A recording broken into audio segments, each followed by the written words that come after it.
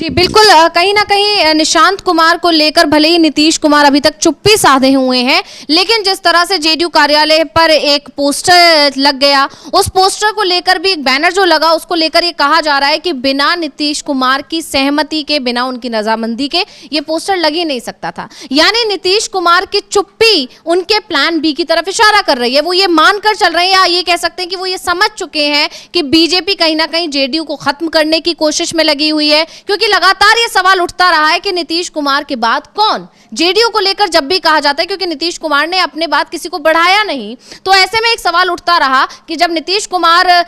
नहीं रहेंगे राजनीति में सक्रिय, तब कौन रहेगा। तो इसको लेकर कहीं ना कहीं बीजेपी ये सोचकर चल रही थी कि नीतीश कुमार को अभी से धीरे धीरे साइडलाइन कर दिया जाए और उसके बाद कहीं ना कहीं उनकी पार्टी पर कब्जा कर दिया जाए, जैसा कि आरोप अभी तेजस्वी यादव ने पिछले दिनों लगाया। और अब जो ये आरोप जिस तरह से खुलकर अब निशांत कुमार भी ये बात कह रहे हैं, अभी एक दिन पहले भी उनका बयान आया था जिसमें उन्होंने कहा था कि नीतीश कुमार पूरी तरह स्वस्थ हैं, वो जो बिहार की जनता के लिए ठीक हैं, बिहार की जनता को उन्हें चुनना चाहिए। और अब एक बार फिर उन्होंने सीएम फेस को लेकर जो बयान दिया, यानी साफ है कि नीतीश कुमार के इशारे पर ही निशांत कुमार ये बयान दे रहे हैं। लेकिन निशांत कुमार को बयान दिलवाया इसलिए जा रहा है ताकि वो भी राजनीति में अपने कदम जमा सकें। और क्या कुछ अपडेट है आपके पास? अपडेट ये है कि जेपी नड्डा जो है भारतीय जनता पार्टी के राष्ट्रीय अध्यक्ष, वो आज पटना पहुंचे हैं और पटना गेस्ट हाउस में उनसे नीतीश कुमार ने मुलाकात की है। तो यानी जो एक मुलाकात तय थी जेपी नड्डा और अमित शाह के साथ और नरेंद्र मोदी के साथ, तो वो मुलाकातें जो पहले स्थगित होती रही थी,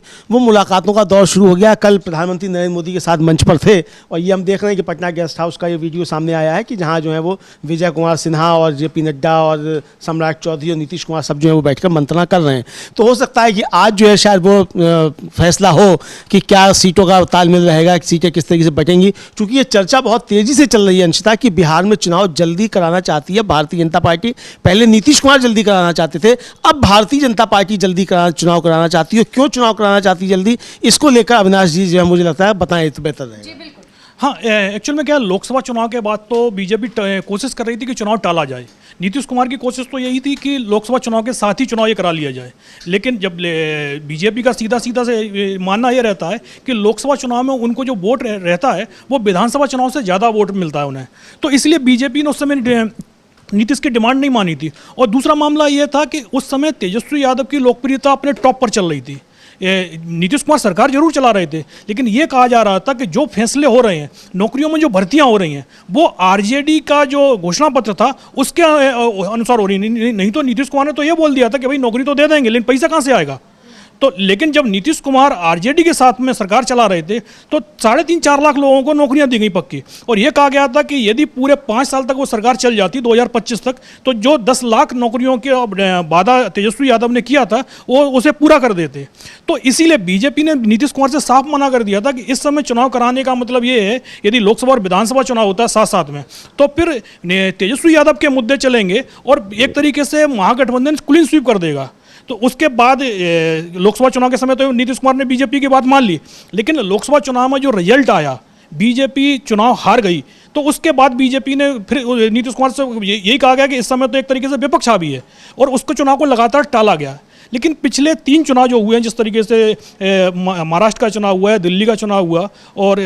हरियाणा का चुनाव हुआ, तो उसके बाद से अब ये चुनाव किस तरीके से हुए, विपक्ष का तो सीधा कहना है कि जो वोटिंग लिस्ट है उसमें जिस तरीके से धांधली हो रही है, बीजेपी उसी आधार पर चुनाव जीत रही है। और वोटिंग लिस्ट का मामला भी तो बिहार चुनाव के बाद बंगाल चुनाव होना है, बंगाल में भी वोटिंग लिस्ट की धांधली का मामला सामने आने लगा है। टीएमसी का कहना है कि भाई यहाँ पर भी फर्जी वोटर बनाए जा रहे हैं। तो बिहार में तो सरकार ही एनडीए की है। तो इस तरीके से यदि इस समय यदि वोटिंग चुनाव होता है और वही चीज जबकि 40-50 लाख वोट मालूम पड़ता है कि बिहार में भी बढ़ गया, तो फिर चुनाव एक तरफा चुनाव हो जाएगा। तो इसीलिए बीजेपी की कोशिश यही है कि जल्दी से जल्दी चुनाव अब करा लिया जाए, क्योंकि वोटिंग लिस्ट का मामला यदि मालूम पड़ा कि अभी सुप्रीम कोर्ट पहुंच जाता है, सुप्रीम कोर्ट में मार्च में सुनवाई भी होनी है चुनाव आयुक्त को लेकर, तो यदि इस तरीके के मामले सुप्रीम कोर्ट कोई फैसला दे, उससे पहले ही बीजेपी चाहती है कि बिहार का चुनाव हो जाए। तो अब मामला वही फंसा हुआ, क्योंकि अभी यदि चुनाव की घोषणा हो भी जाती है तो क्या चुनाव आयोग भी तैयार है, क्योंकि चुनाव आयोग को भी 6 महीने का समय चाहिए पड़ता है। तो अभी तो इसमें बहुत सारी चीज़ें हैं कि बीजेपी और जेडीयू तो तैयार दोनों हो गए इस समय कि इस समय चुनाव करा लिया जाए, लेकिन चुनाव होना इस समय संभव नहीं दिखाई दे रहा है। और क्योंकि 4-5 महीने बाद मानसून आ जाता है और बिहार में कई जगह बाढ़ की स्थिति बन जाती है, लेकिन दूसरी बात ये भी कही जाती है कि चुनाव आयोग सीधा सीधा बीजेपी के दबाव में भी काम करता हुआ दिखाई देता है। तो इस समय बिहार में क्या हो सकता है इसकी बारे में कुछ भी नहीं कहा जा सकता है। लेकिन जिस तरीके से आज ये मुलाकात हुई है जेपी नड्डा और नीतीश कुमार की, क्योंकि इससे पहले नीतीश कुमार 2 बार दिल्ली आए हैं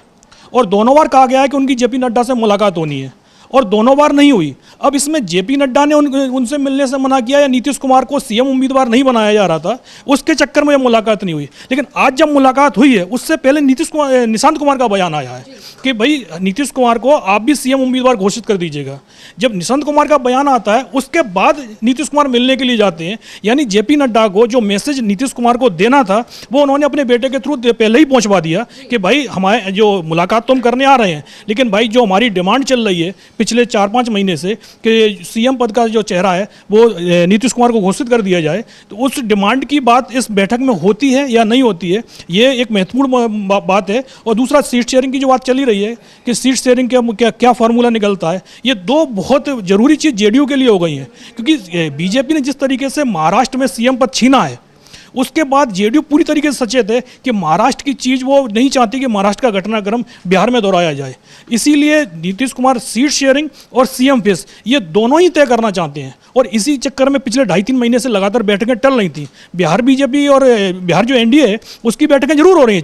चार दौर की बैठक भी हो चुकी है सीट शेयरिंग को लेकर, लेकिन अभी तक जब तक बीजेपी का केंद्रीय नेतृत्व उस पर मोहर नहीं लगाएगा तब तक कुछ नहीं होगा। क्योंकि लास्ट में जो बात होनी है वो नीतीश कुमार की और केंद्रीय नेतृत्व की ही होनी है। तो इसीलिए जेपी नड्डा से आज की मुलाकात बहुत महत्वपूर्ण मानी जा रही है कि सीट शेयरिंग का मुद्दा और सीएम फेस इन 2 मुद्दों पर क्या फैसला होता है।